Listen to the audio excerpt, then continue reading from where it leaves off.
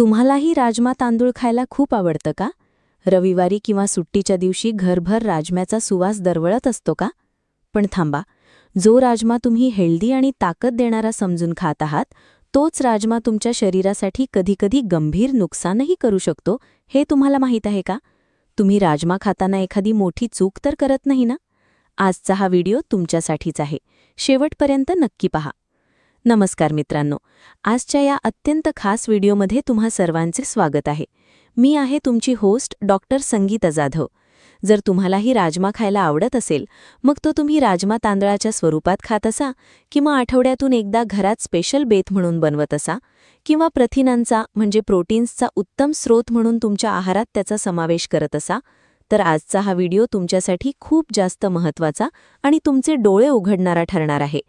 कारण राजमा हा असा एक पदार्थ आहे ज्याला लोक चवीसोबतच हेल्दी आणि ताकद देणाराही मानतात, पण तो खाण्याची योग्य पद्धत, त्याची योग्य वेळ, योग्य प्रमाण आणि कोणत्या परिस्थितीत तो फायदा देण्याऐवजी नुकसान करू शकतो, ही गोष्ट फार कमी लोकांना खोलवर समजते.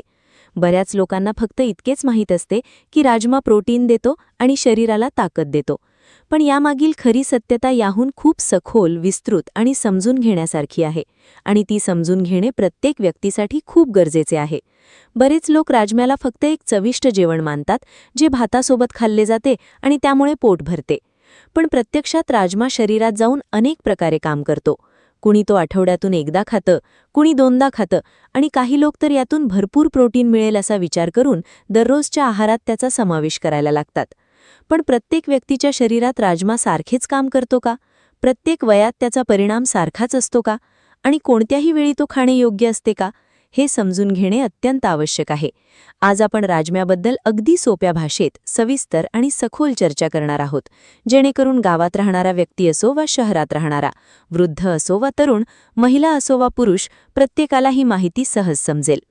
आपण हेही समजून घेऊ की राजमा शरीराच्या आत जाऊन नेमकी काय करतो, त्याचा पोटावर काय परिणाम होतो, तो स्नायूंवर, रक्तावर आणि ऊर्जेवर कसा प्रभाव टाकतो, आणि सर्वात महत्त्वाची गोष्ट, या व्हिडिओच्या शेवटी आम्ही तुम्हाला अशा 5 प्रकारच्या लोकांविषयी सांगणार आहोत ज्यांनी राजमा अतिशय विचारपूर्वक खाल्ला पाहिजे किंवा काही परिस्थितींमध्ये तो खाणे टाळले पाहिजे. व्हिडिओमध्ये पुढे जाण्यापूर्वी कमेंट करून मला नक्की सांगा की तुम्ही हा व्हिडिओ कुठून पाहत आहात. तुम्ही मुंबई, पुणे, नागपूर, नाशिकमधून जोडल्या गेला आहात की भारताबाहेरून? मी प्रत्येक कमेंट लक्षपूर्वक वाचते आणि तुमच्या प्रतिक्रियांची वाट पाहत असते. सर्वात आधी हे समजून घ्या की राजमा काही साधारण डाळ नाही. त्यात प्रोटीन आणि फायबर भरपूर प्रमाणात असते, आणि याच कारणामुळे अनेक लोक त्याला मांसाहाराचा पर्याय देखील मानतात. विशेषतः जे लोक मांसाहार करत नाहीत, ते आपल्या शरीराची प्रोटीनची गरज भागवण्यासाठी राजम्याचा वापर करतात. पण हे समजून घेणे देखील आवश्यक आहे की प्रत्येक प्रकारचे प्रोटीन प्रत्येकासाठी एकसारखे काम करत नाही. आता एका परिस्थितीची कल्पना करा. एक व्यक्ती जिममध्ये जातो आणि त्याने कुठेतरी ऐकलेले असते की राजमा खाल्ल्याने शरीर लवकर पिळदार बनते. तो दररोज किंवा एक दिवसाआड राजमा खाऊ लागतो आणि त्याचे प्रमाणही जास्त ठेवतो. सुरुवातीला त्याला वाटते की तो अगदी हेल्दी आहार घेत आहे, पण काही दिवसानंतर त्याला पोटात गॅस, जडपणा आणि कधीकधी पोटदुखीचा त्रास जाणवायला लागतो. तो विचार करू लागतो की असं का होत आहे, तर वास्तविक त्याचे शरीर तेवढ्या मोठ्या प्रमाणातील राजमा पचवू शकत नसते. दुसरीकडे एक असा व्यक्ती आहे जो राजमा मर्यादित प्रमाणात खातो, व्यवस्थित भिजवून आणि पूर्णपणे शिजवून खातो, आणि जेवल्यानंतर थोडा वेळ शतपावलीही करतो, तर त्याला कोणताही त्रास होत नाही. यावरून हे समजते की फक्त पदार्थ कोणता आहे हे महत्त्वाचे नाही, तर तो खाण्याची पद्धत, त्याचे प्रमाण आणि वेळ, या गोष्टीही फार मायने ठेवतात. राजमा तयार करण्याची योग्य पद्धत. आता राजम्याला समजून घेण्यासाठी हे जाणून घेणे खूप गरजेचे आहे की तो योग्य प्रकारे तयार करणे आवश्यक आहे. कच्चा किंवा अर्धवट शिजलेला राजमा शरीरासाठी नुकसानदायक ठरू शकतो, कारण तो सहजासहजी पचत नाही आणि पोटात समस्या निर्माण करू शकतो. म्हणूनच राजमा नेहमी चांगल्या प्रकारे भिजवून आणि पूर्णपणे शिजवूनच खाल्ला पाहिजे.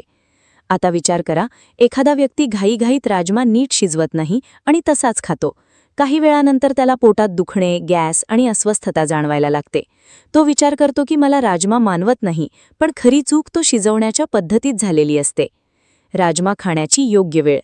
आता वेळेबद्दल बोलूया, कारण राजमा कधी खावा हे अत्यंत महत्त्वाचे आहे. बरीच लोक दुपारी राजमा खाणे पसंत करतात, कारण त्यावेळी पचनक्रिया उत्तम असते आणि शरीर त्याचा चांगल्या प्रकारे उपयोग करू शकते. हे बऱ्याच लोकांसाठी योग्यही असते. पण काही लोक रात्रीच्या वेळीही राजमा खातात, विशेषतः जेव्हा दुपारचा उरलेला राजमा असतो किंवा तो त्यांना खूप आवडतो. पण रात्रीच्या वेळी राजमा खाणे प्रत्येकासाठी योग्य नसते, कारण रात्री पचनक्रिया मंदावते आणि जड पदार्थ सहज पचत नाही.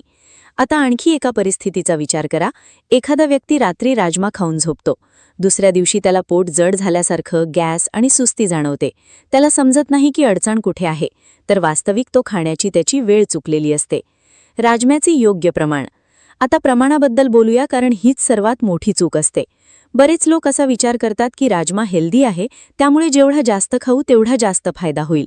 पण शरीराला जेवढी गरज असते त्यापेक्षा जास्त प्रमाणात तो घेतल्यास तोच पदार्थ नुकसानही करू शकतो. जर कोणी खूप जास्त प्रमाणात राजमा खाल्ला तर त्याला गॅस, पोट भुगणे, जडपणा आणि अपचनाची समस्या उद्भवू शकते. त्यामुळे हे महत्त्वाचे आहे की तुम्ही राजमा बनलीत प्रमाणातच खावा. राजमा आणि पचनक्रिया. आता पचनक्रियेबद्दल बोलूया, कारण राजम्याबाबत सर्वात मोठी समस्या इथेच येते. काही लोक म्हणतात की राजमा खूप ताकद देतो आणि काही लोक म्हणतात की यामुळे गॅस होतो. सत्य हे आहे की या दोन्ही गोष्टी खऱ्या असू शकतात, कारण प्रत्येक व्यक्तीची पचनक्रिया वेगळी असते. जर योग्य पद्धतीने आणि योग्य प्रमाणात राजमा खाल्ला गेला तर तो शरीराला भरपूर ऊर्जा देऊ शकतो, स्नायूंना बळकट करू शकतो आणि पोट दीर्घकाळ भरलेले ठेवू शकतो. पण जर तो चुकीच्या पद्धतीने खाल्ला तर हाच राजमा तुमच्यासाठी समस्या देखील निर्माण करू शकतो. आता जरा एका सखोल गोष्टीवर लक्ष द्या. जेव्हा तुम्ही राजमा खाता तेव्हा शरीराला तो पचवण्यासाठी अधिक मेहनत करावी लागते. जर तुमची पचनक्रिया मजबूत असेल तर तो तुमच्यासाठी ताकद बनेल, पण जर पचनक्रिया कमकुवत असेल तर तोच पदार्थ तुमच्यासाठी गॅस आणि पोट जड होण्याचे कारण बनू शकतो. तुमची जीवनशैली आणि राजमा. आता तुमच्या जीवनशैलीविषयी बोलूया, कारण केवळ राजमाच सर्व काही ठरवत नाही. जर एखादा व्यक्ती दिवसभर चुकीचा आहार घेत असेल, पाणी कमी पीत असेल आणि मग असा विचार करत असेल की राजमा खाल्ल्याने सर्व काही ठीक होईल, तर हा विचार पूर्णपणे चुकीचा आहे. राजमा हा पूरक आहार आहे, पण तो काही संपूर्ण उपचार नाही. तो शरीराला मदत करू शकतो, पण तुमच्या चुकीच्या सवयींची भरपाई तो एकटा करू शकत नाही. आता आणखी एक उदाहरण समजून घ्या. एक व्यक्ती ऑफिसमध्ये दिवसभर एका जागी बसून असतो, त्याचे चालणे फिरणे कमी असते आणि मग तो रात्रीच्या वेळी भरपूर प्रमाणात राजमा खातो. हळूहळू त्याला पोट जड वाटणे, गॅस आणि सुस्ती जाणवायला लागते. दुसरीकडे दुसरा व्यक्ती दिवसा बनलीत प्रमाणात राजमा खातो आणि दिवसभर शारीरिकदृष्ट्या ॲक्टिव्ह राहतो, तर त्याला राजम्याचा नक्कीच फायदा मिळतो. राजमा खाण्याचा फायदा कोणाला मिळतो? जे लोक भरपूर मेहनत करतात, ज्यांचे शरीर ॲक्टिव्ह असते, ज्यांना जास्त प्रोटीनची गरज असते, त्यांच्यासाठी योग्य प्रमाणात राजमा खाणे खूप फायदेशीर ठरू शकते. हे 5 लोक ज्यांनी राजमा खाताना सावधगिरी बाळगावी. पण आता आपण त्या सर्वात महत्त्वाच्या भागाकडे वळूया, ज्याची तुम्ही सुरुवातीपासून वाट पाहत होतात. अखेर असे कोणते 5 लोक आहेत ज्यांनी राजमा अतिशय विचारपूर्वक खाल्ला पाहिजे? पहिले, ज्या लोकांना नेहमी गॅस आणि पोट भुगण्याची समस्या असते, त्यांनी राजमा अतिशय सावधगिरीने खाल्ला पाहिजे. दुसरे, ज्या लोकांची पचनक्रिया कमकुवत आहे, त्यांनी राजम्याचे सेवन अगदी मर्यादित प्रमाणातच केले पाहिजे. तिसरे, ज्या लोकांना ॲसिडिटी किंवा पोटात जळजळ होण्याची समस्या आहे, त्यांनी राजमा खूप विचार करूनच खाल्ला पाहिजे. चौथे, ज्या लोकांना रात्रीच्या वेळी पोट जड झाल्यासारखे आणि झोप न येण्याची समस्या असते, त्यांनी रात्री राजमा खाणे टाळलेच पाहिजे. आणि पाचवे, ज्या लोकांना राजमा खाल्ल्यानंतर ॲलर्जी किंवा अस्वस्थता जाणवते, त्यांनी तो पूर्णपणे टाळला पाहिजे. जर तुम्ही या 5 कोणत्याही गटात येत असाल तर राजमा खाण्यापूर्वी नक्की विचार करा, कारण योग्य माहितीच तुम्हाला निरोगी आणि स्वस्थ ठेवेल. म्हणूनच राजमा नक्की खा, पण तो समजदारीने खा, योग्य वेळेवर खा, योग्य प्रमाणात खा आणि आपल्या शरीराच्या क्षमतेनुसार खा. तरच तो तुम्हाला खरा फायदा देईल, तुम्हाला ताकद देईल आणि तुम्हाला आतून मजबूत आणि निरोगी बनवेल. जर तुम्हाला हा व्हिडिओ उपयुक्त वाटला असेल तर याला नक्की लाईक करा, तुमच्या मित्र आणि परिवारासोबत शेअर करा आणि आपल्या चॅनलला सबस्क्राईब करायला विसरू नका, जेणेकरून तुम्हाला आरोग्याशी संबंधित अशीच महत्त्वपूर्ण माहिती मिळत राहील. धन्यवाद.